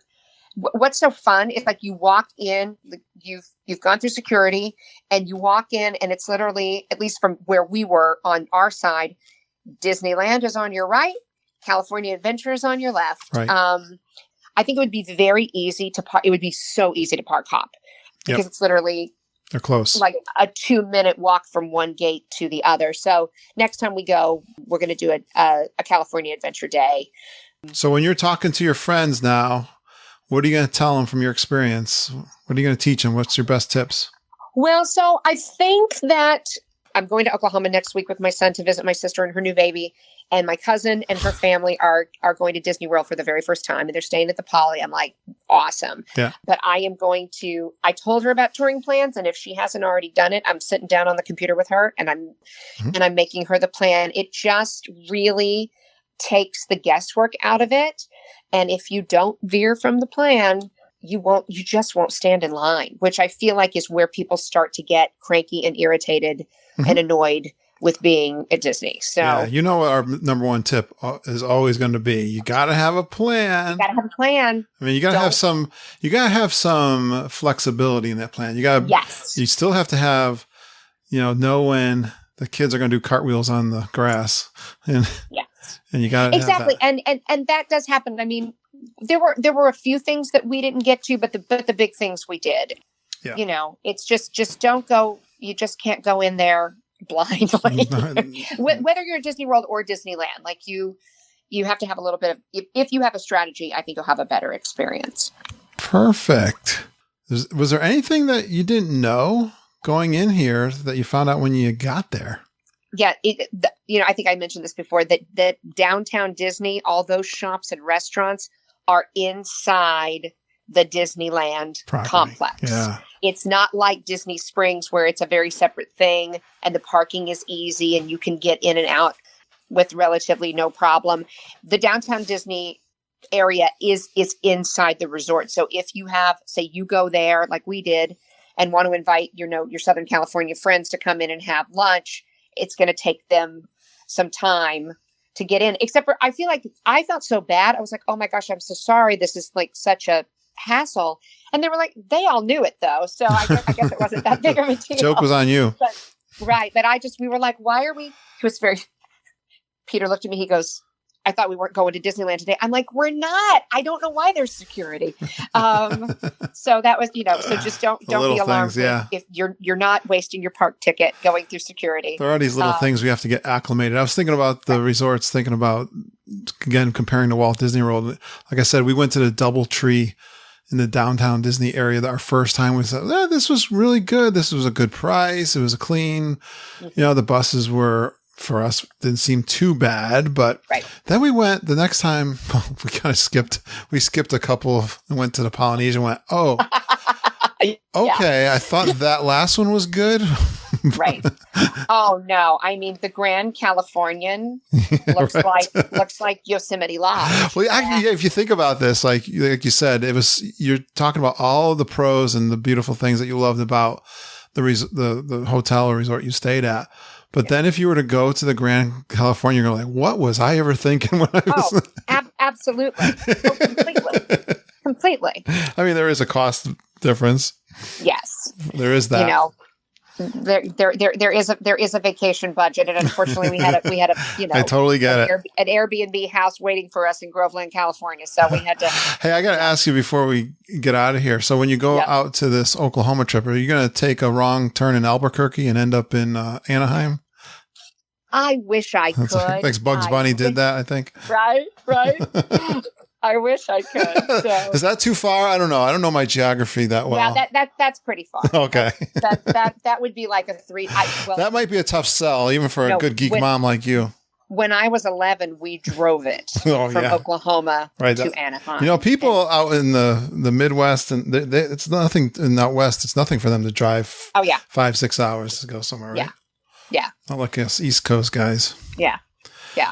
Wow, this has been a lot of fun. Did I miss anything? Is there anything else, Heather, you want to add? Well, I'm going to do this so all the world can hear and he can't renege on it. My husband was so happy at Disneyland that he told me, you know, all the people that come on and they take adult trips, like I would never in a million years even ask to do that. In fact, I think I actually have said once, would you go to Disney? No, I'm not going. We're not going, you and me. No. There's other things. And I'm like, I get it. There's other places we want to go. Yeah. But he actually said to me that in a couple of years, it'll be 2 more years before my daughter will go to sleepaway camp. So maybe like the second year she goes and they're both in sleepaway camp. He goes, this is what we're going to do. We're going to fly to Southern California, just you and me.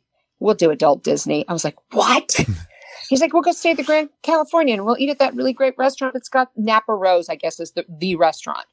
And he was like, and we'll do adult Disney and then we'll go to Huntington Beach and then we'll go down to San Diego. And I was like, really? Heather, our plan is coming together. It's coming together. It has, I mean, my wife surprised me. If you know my story, my wife really surprised me too. Cause she was, the classic mom, didn't want to leave her kids at all. She didn't want them to go to daycare, all this stuff. And I started going to Disney World on work trips for a conference. And I went to 2 of those. Then I took the family. And I think it was maybe the 3rd or 4th conference I went to. She went, what if I came down with you? And my parents watched the kids. I was like, what? Yeah. I think that would be great. I'm totally. She brought her sister with her, and so the 2 of them would go and do the parks together and had an absolute ball together. I mean, they're the 2 sisters a year apart who always dreamed of going to Disney World as kids. Just, I was so tickled that they could do that. Oh. So that is awesome, Heather. I'm excited. You're getting excited. You got another trip coming up. I do. So my son and I, we're all booked with Mama coming back to in December for really this was I won a raffle. I won like $1,000 at the local St. Patrick's Day raffle. I kind of can't believe it. I never win anything. And my sweet husband, I was like, okay, what bill do we need to pay? He goes, you need to do something fun with that money. And I said, really? He's a good guy. You got to keep this guy. My son and I we're reading the Harry Potter books. We are like 6 chapters away from finishing 7. And so I looked at him and I said, I want to take him to Harry Potter. Like, let this be the culmination of us. The last year, he and I reading these books and it really being something so special for just the 2 of us. Yep. And so I started looking at times and sort of what was going to work with the studio schedule. And I also don't like to go places when there's lots of people. So you're never going to see me there at spring break. I know that mid-December, before the Christmas crowds around the 10th, 12th, 13th, is a good time. So I was like, we'll go then. And I said, well, gee, if we're going to go on Thursday, December 12th, we might as well stay on Friday the 13th and go to the Magic Kingdom on my birthday. Mm-hmm. So, gee, if we're going to do that, I guess we've got to stay on property. So you're good. So I called Mama, and first I was in a value, and then I actually heard somebody talking about French Quarter, and I was like, well, we could upgrade. And I emailed her, and she said, what's getting ready to open up is the new Coronado Springs Tower with the new restaurant Toledo that apparently is on the roof, and then you can see the fireworks. So we are staying at Coronado Springs in the new tower.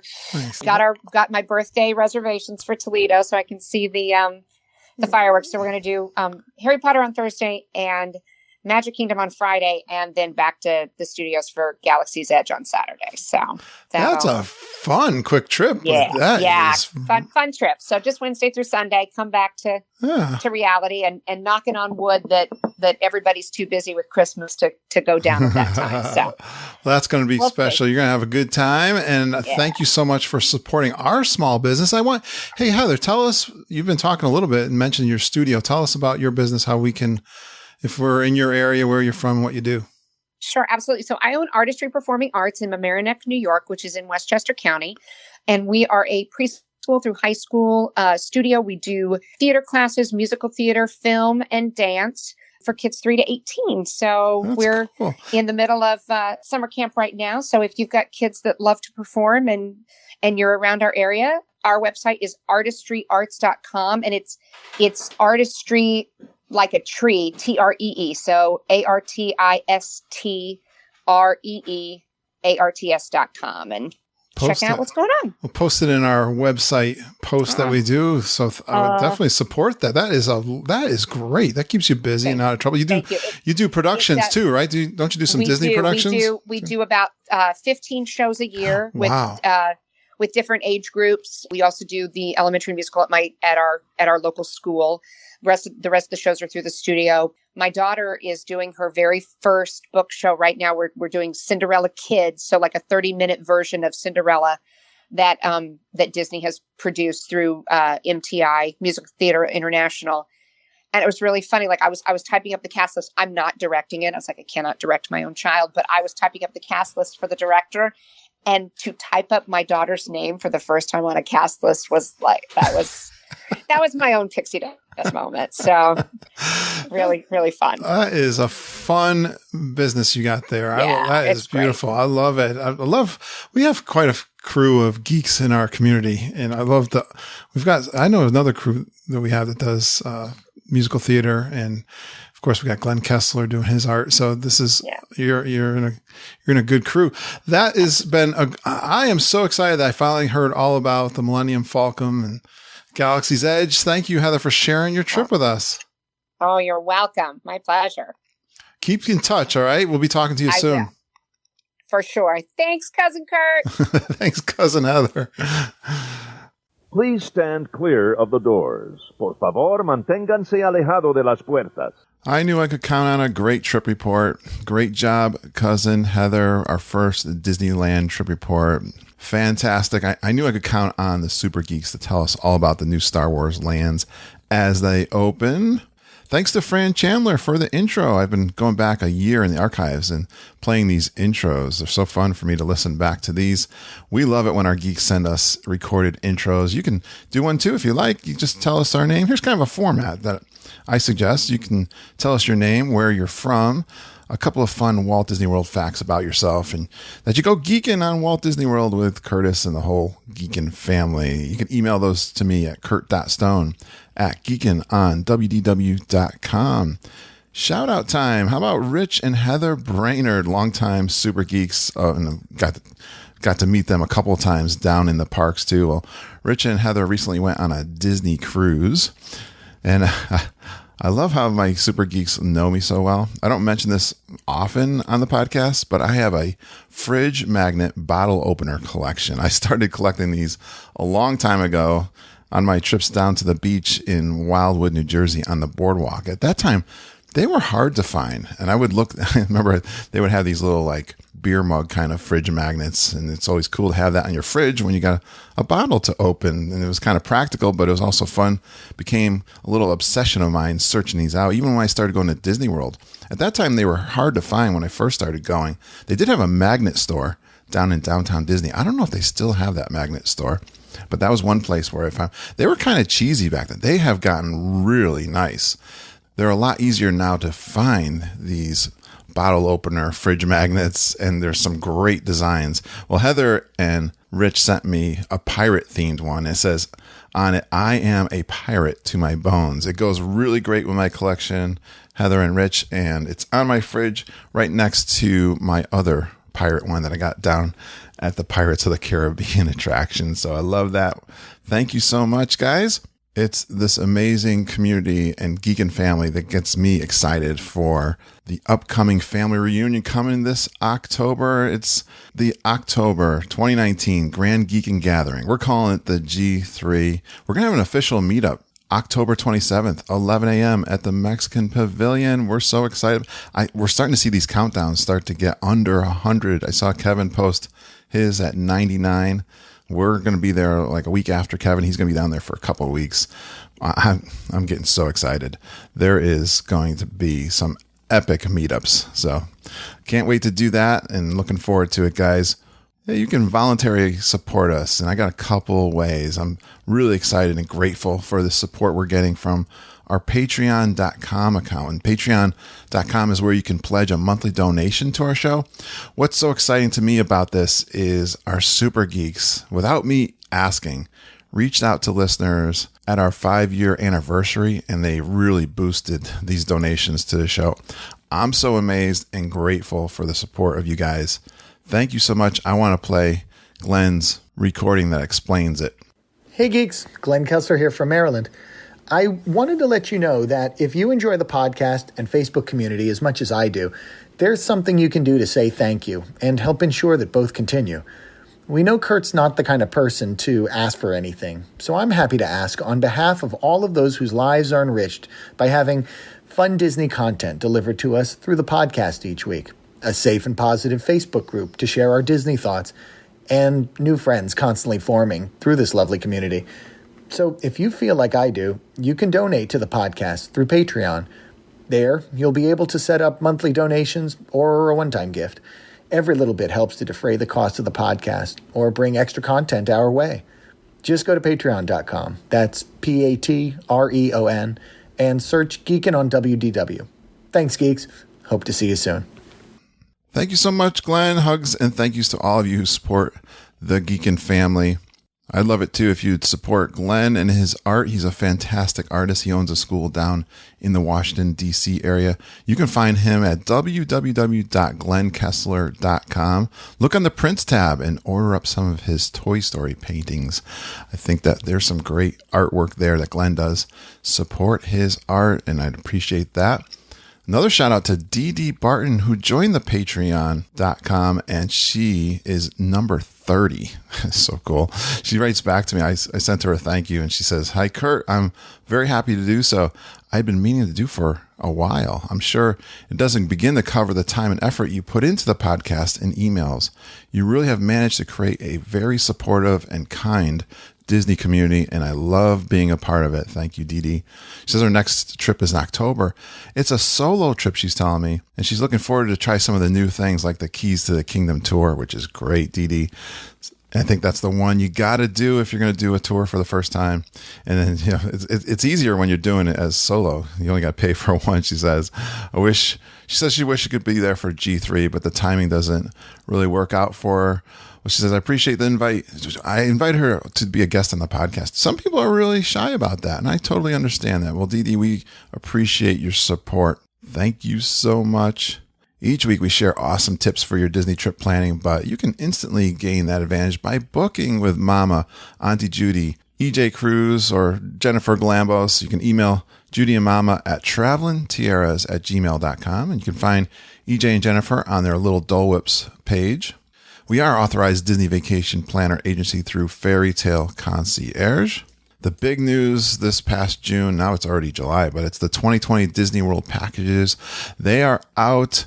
If you're planning a 2020 trip, let us know now so we can start planning for that 2020 trip. Mama is noticing that there are slim pickings for value resorts for January and February. They are really starting to book up. I think the Star Wars land and attraction is going to be really popular, and that's why we're seeing lots of bookings for 2020. I was thinking about the makeup of our travel clients, and many of them are experienced geeks, but they really do appreciate our podcast. They also like to have Mama and Judy book their fast passes or ADRs. They really enjoy chatting with us on the phone. You know, we're talking Disney World every single day, and we're talking directly to Disney World. So there's a good chance we're going to be hearing what's going on that could really enhance your trip. Cousin Heather was telling the story how she was talking to Mama and learned about the new tower at Coronado Springs, and checking the cost, it wasn't that big a upgrade, and to try something new and cool and a moderate like Coronado Springs was really appealing to Heather, and she did that. But that's the type of thing when you talk to our travel agents, they're going to help you make some of their decisions, and they look out for you. They're always following up on these dates that are coming up, whether you got an ADR or a fast pass date coming up, and they're going to help you do those. That's why they're such a great team. EJ, Jennifer, Mama, and Judy, they know all that technical stuff. There are some crazy technical things they're always telling me about, and I can help you too if you want to get on the phone with me. Hey, I always like to remind you guys, bounce backs are a great opportunity for you guys to get some decent discounts. So when you're down at Disney World and before you leave on your trip, before midnight of that last day, you can contact Disney and see if they've got a discount. They've been running some. I've got a page on my webpage, on my website, where you can check that out. It's always cool. You can book that, and if you want to hook that reservation up with us, we can still be your travel agent. You can always do it within 30 days. If you just join the podcast and you're like, wow, I'd really love to have a travel guide like Mama and Judy, you could always transfer that booking over to us as long as you haven't paid in full and it's been within 30 days. And we'd love to do that. We do that a lot, and it's great for us and it's great for you guys. Another service we provide for you guys is the Inner Circle. It's at geekinonwdw.com/Inner Circle. Let me tell you, when you sign up for the Inner Circle on the website, you're going to have access to a PDF that I just recently created. It's called the Geekin Family 9 Keys to a Magical Disney World Vacation. Download it. Share it with your friends. I would appreciate that if you can help those friends and family who are going to Disney World for the very first time. So that's a resource that I wrote up that really gets down to the basics of how to plan a Disney World vacation from all the things I've learned doing the podcast over the last 5 years and going on vacation to Disney World for over 20 years. So check that out. It's something I'm going to share with people who always ask me about going to Disney World. There's also going to be a weekly newsletter, the Geek and Gazette. We send that out every Monday or Tuesday, and it's usually our favorite Disney news items, information on Disney package discounts when they drop, and news from our Geekin family. There's also a couple other freebie handouts, including a free packing checklist and a spreadsheet that we use to help plan our trips and our travel clients. You can use those as guides. And there's also bonus podcasts. These are live trip recordings. They include my coffee walks that I do, telling you everything I've learned from my trip and things that are happening live when I'm down in Disney World. Currently, I am releasing episodes from our January trip. I've done 3 of those from January, 4, I think, and there's more coming. And I think it's going to run right up to my October trip, so I'll be able to continue to offer. I usually put one out there every couple weeks, so go out there. There's 7 episodes. You get those for free. You can get them onto your phone and listen to those. Also, well, all of this is sponsored by our Patreon supporters. So thank you again for helping me create more fun and educational Disney World content for you geeks. And thanks for going geeking on Walt Disney World with us. We really appreciate you listening and geeking with us every single day. We love you, geeks. Have a magical day, and I hope all your dreams come true.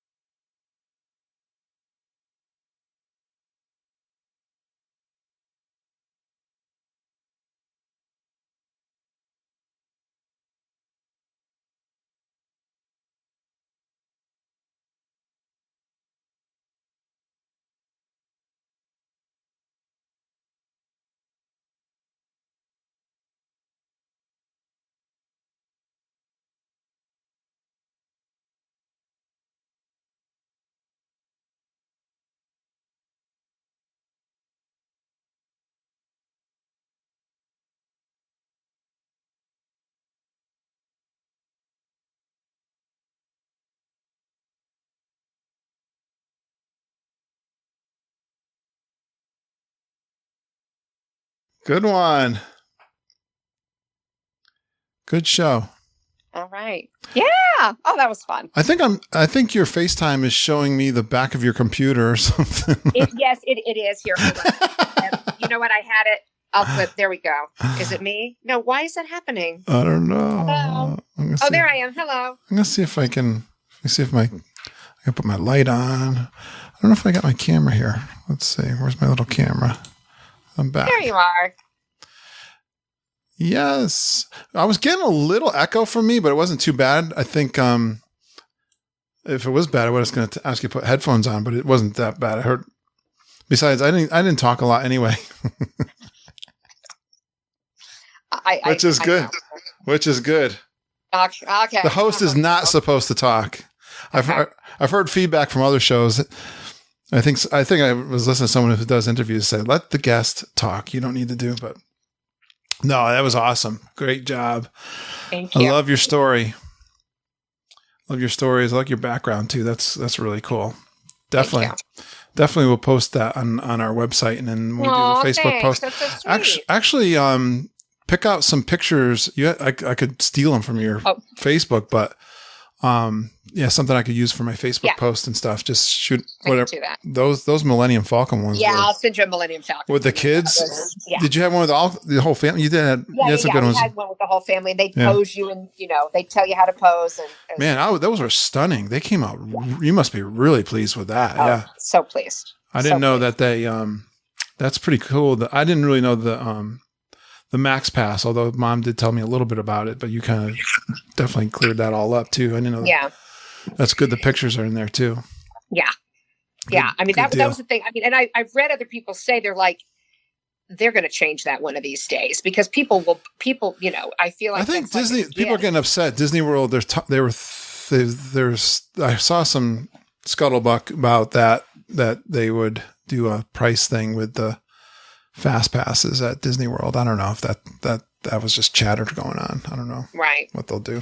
Who knows? Well, I think what makes it nice is that there's certain, if it's hard to get those certain rides. And if you don't get right on it at 7 a.m. on your morning, you're not getting on, Flight of Passage or some of those. So that's what's nice about Max Pass is that everybody goes in and if you're there at opening and you click on it, you're going to get your fast pass. Yeah, it's kind of shocking. I heard Mom giving some advice to someone last night.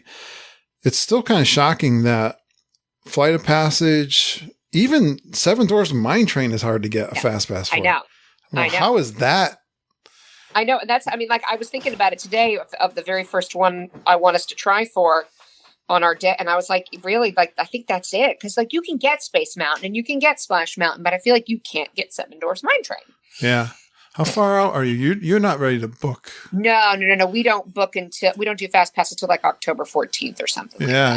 Yeah. No, but did you do dining ones though? I did. Yeah. I did. Yeah. Okay. So they got I didn't realize, she might have told me, I didn't realize you switched to the tower.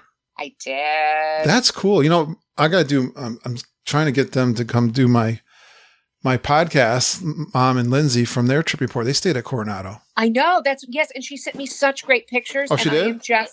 I am crossing that water. Oh, from from the room or from the property? Yeah. From the resort, from all. She sent them just to you? She did. She's so sweet. She's pretty good, huh? She sent me 15 pictures. It was fabulous. Yeah. And I stayed there one time, Lindsay, during one of her college programs. Yeah. It was one of these things one of my friend, I wasn't a travel agent yet, and Susan, my friend, was, and I booked it we were looking, I was driving Lindsay down, and I said, I'm doing this on the cheap because this was an extra thing just to get her down there. But I forget what the difference was. And there was some kind of discount, and I ended up, Coronado came up and went, oh, that's a cool idea, right? I can check out Coronado. I tell you, I said it when I was there. I rank it. I still think French Quarter I like better because of the boat ride and the location and stuff. Yeah. But Coronado is right up there. They're getting close now because with the now with the gondolas going in and stuff. Right. I think Caribbean Beach has been improved. It was kind of the bastard child of the moderates. Yes. I don't know. I always liked it, but it did catch a lot of slack because the restaurant there was not well liked. The sit down restaurant, the location wasn't nearly as good as Port Orleans and French Quarter. So, but well, I'm just crossing my fingers that we have one of those like weird 80-degree days, or even 72, where my son can get on that water slide because he. Oh, yeah, December's weird. I know. January's even worse. And that's what I talked to Mama about, and that's what she said. She goes, "It could be 50 degrees, it could be 80 degrees. You just don't know." It's so true, so true. Although the Northerners, the kids, they're in the pool when it's 50 degrees. Yeah, I was like, if it's heated, he'll go down that water slide when it's 65 degrees out. So that's probably pretty much reimagined too. I think that whole pool was redone too. Yeah. It's kind of in the middle, like an island.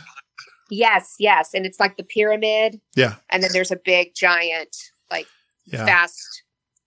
I was like, if when we flew in at like 5:00, if it was, we could just do that evening, and that would be perfect. That's a good idea. That's a really good idea. The restaurant, I was talking to people have raved about the Maya Grill.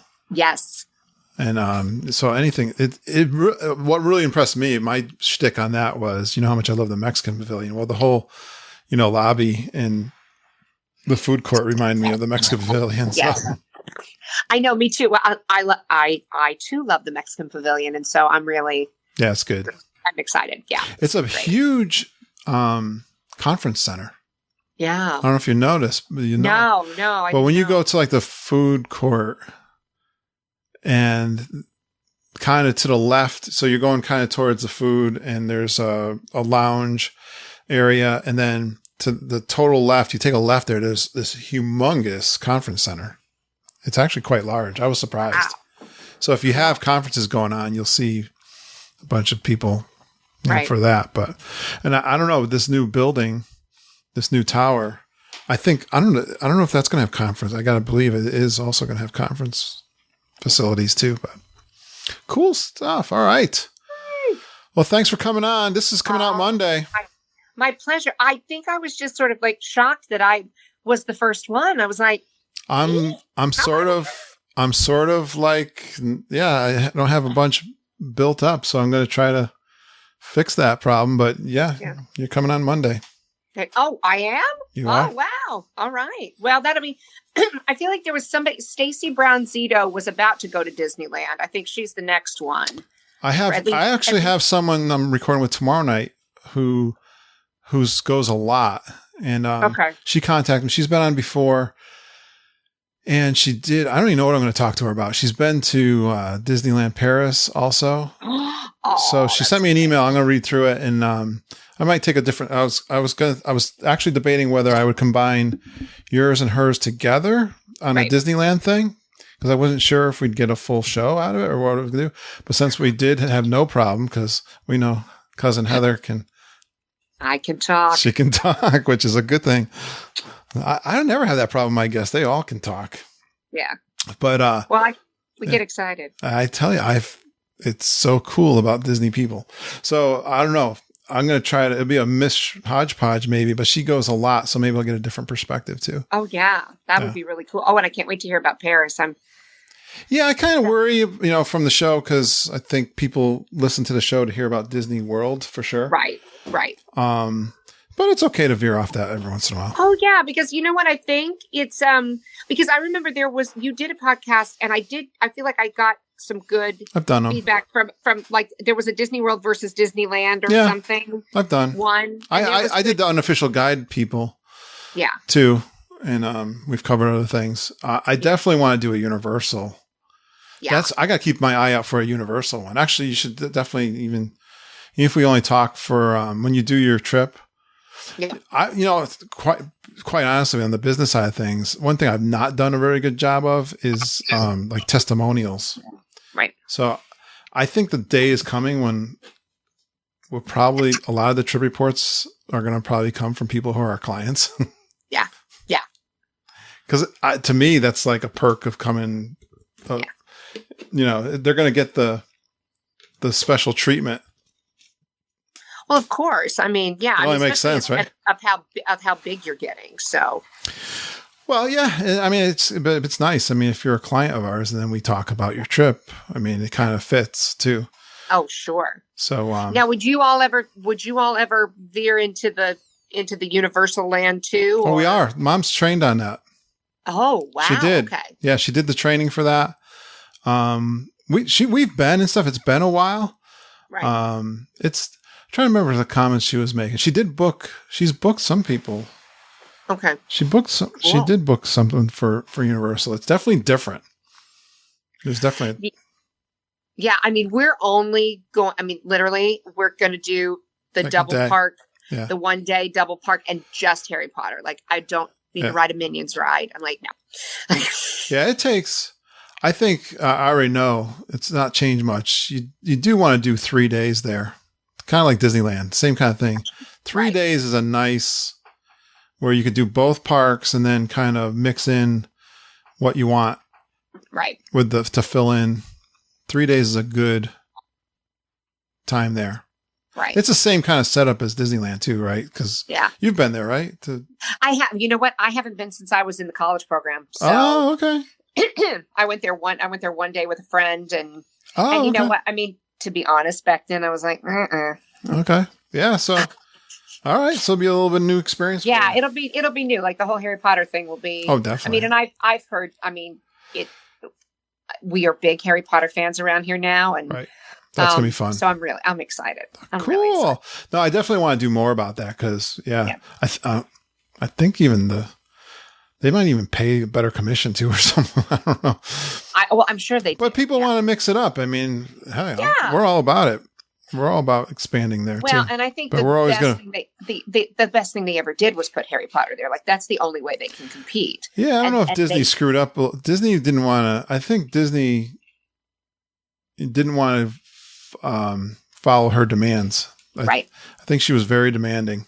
Yeah. And they were like, at the last hour, I think the negotiations went, forget it. Yeah. We're Disney. Yeah. You can. Yeah. We don't have to bend to everybody. I know. Cool. Right. Well, but that's good. It's good for us. It's good for everybody. It's all good. Exactly. It's all good for us. All right, kid. See you later. Thank you. Thank you. Bye. Bye.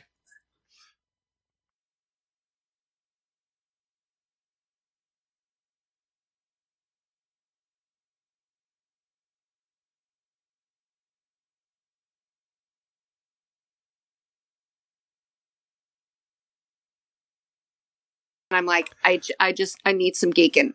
All right. I need some geeking. I heard that saying before. Did you coin that phrase? It sounds familiar. Maybe. I don't know. We'll give you credit for it. Thank you. I need some geeking. Yeah.